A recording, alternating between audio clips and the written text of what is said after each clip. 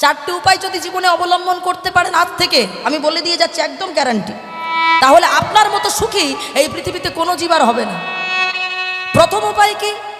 প্রথম উপায় হলো মায়েরা, প্রত্যেক দিন স্নান করে যে ভাগবতের কথা শুনলেন, প্রত্যেক দিন 1 পৃষ্ঠার করে হলেও আপনাকে শ্রীমদ্ ভাগবত গীতাটা পাঠ করতে হবে।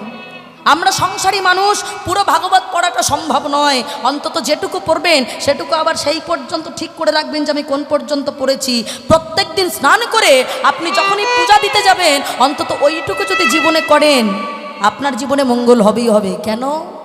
কারণ ওই গীতার পৃষ্ঠারে কোনো সাধারণ কোনো মানুষের উক্তি নয়, আমার ভগবান শ্রীকৃষ্ণের বাণী আছে বাবা।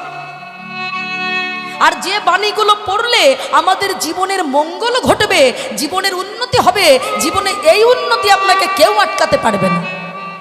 তাহলে কি হলো? জীবনে যদি উন্নতি হয় তাহলে ভালো হবে, আপনি তাহলে সুখী হবেন, আপনি তাহলে